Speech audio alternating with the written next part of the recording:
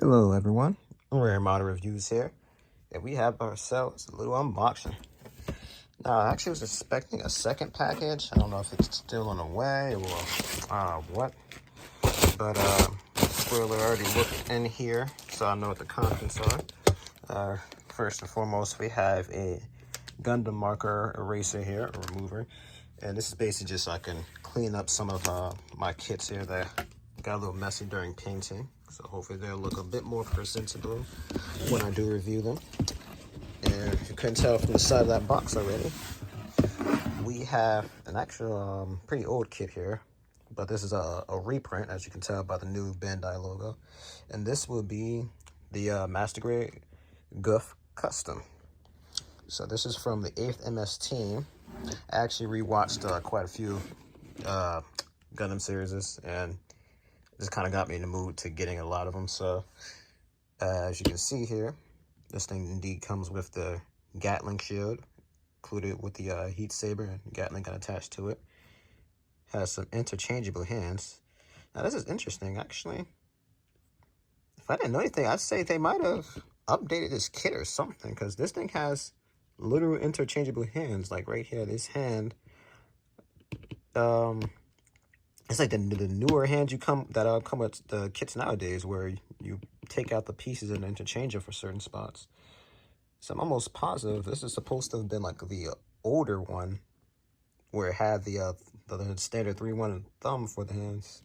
So now I'm starting to get interested here. I'm wondering if like they updated this thing or something, because I'm pretty sure they didn't come out with a 2.0 with this thing. Yeah.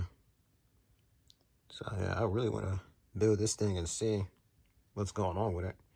I mean, right here at the head, if I didn't know anything, it's like the Gouf 2.0. I'm pretty sure it's the 2.0. Where you move the head and the eye kind of falls with it. So the cockpit's different though. The Gouf's slides up. This thing's like, it's like on a hinge, it looks like. And it's got a little bit of an inner frame, it looks like there. Now just look at these shots here. It doesn't like the same inner frame. For the Gouf 2.0 shares the Zaku 2.0, but I could be wrong. And one thing I want to mention is this pilot figure here for Norris Packard, which usually the pilot figures don't have any details on the eyes, so you wouldn't be able to color in the face so good, but this one looks to be different. I wonder if it's actually kind of bigger as well. So we're going to actually go ahead and look inside this baby, see what we have going on. So we have one of the little, I don't know what you would call this, but the little cover for the runners here. It shows a nice little completed picture of the Gouf. And this being an older kit, it has some of the dry rub-on decals, which you usually don't see. It appears to be some water slides behind it. So the blue here is kind of like this, I guess it's like I guess it's like an aquamarine. Then we have some of the, looks like some of the MF frame parts there. Oh yeah, I was right. Yeah, it's a huge figure of this guy. I thought it would be like one of those smaller ones. So again, this is how you could tell this is an older one. This is like around the time, I believe, when they released like the Evangelion line, the original Evangelion line. They're like high grades, I believe, where they had the big skin-colored figures, which I actually like, because it's hard to find markers for like the skin tone of a lot of the characters, so you'd have to go to painting. So it's nice that you would be able to have a natural skin tone for a lot of characters, and you just paint everything else, really. So I definitely will see if I have enough colors there to paint this guy up, show him off when I review. Okay, so this is how I know this thing definitely isn't like some sort of updated version of the Gouf 2.0, because the Gouf 2.0, you actually had to really construct the shoulder armor here, whereas this thing is like, it looks like two solid pieces you just slap on together over their inner frame. And another son is older kit here. We have screws. So if you guys didn't know, a lot of the screws, find your words. A lot of the older kits, they use screws to tighten the joints and whatnot. So my first Master Grade I ever built had screws, and I'm pretty sure I tightened them too much because the joints weren't quite right. So that's probably one of the reasons why they honestly stopped using screws, because if you didn't tighten these enough, they'll be loose. If you tighten them too much, your kit's a brick. And the reason why I wanted this part for so long is this has like the little pieces here for the hoses all over the kit, as you can see. And these are going to be a pain. It's first of all, there are over 2 dozen of these things, so I'm going to have to cut them out, remove the nubs, and then, you know, shave them down. So I know I'm going to have a blast just with that. And this is what I was saying here about the interchangeable hands here. See, I'm almost tempted to go look at someone's review of this thing, like, hopefully when it came out around 10 years or so ago. So I'm almost positive this thing was not supposed to have interchangeable hands. This has got to be an updated dude.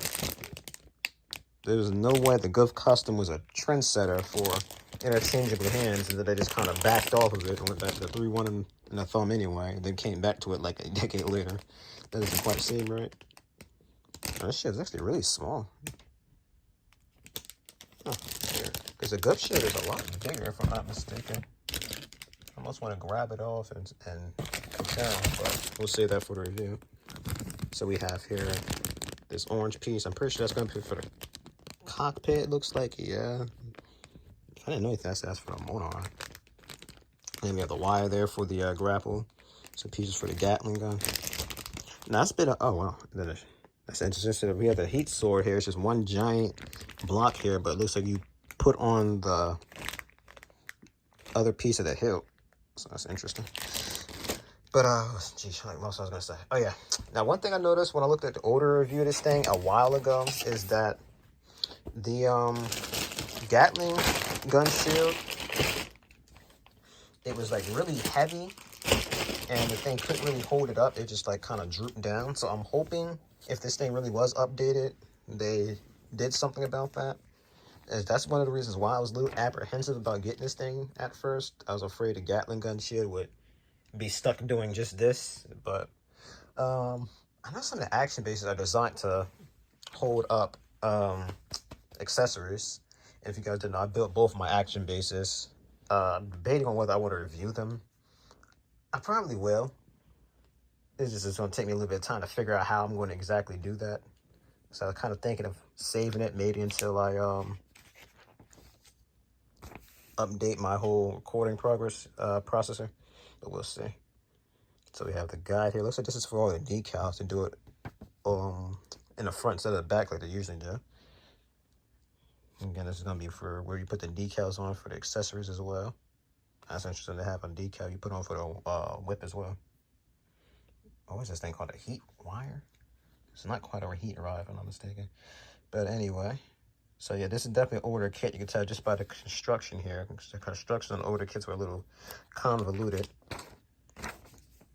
But it's still an earlier master grade, so it's not going to be that complicated. As you can see, it uses plenty of poly caps. And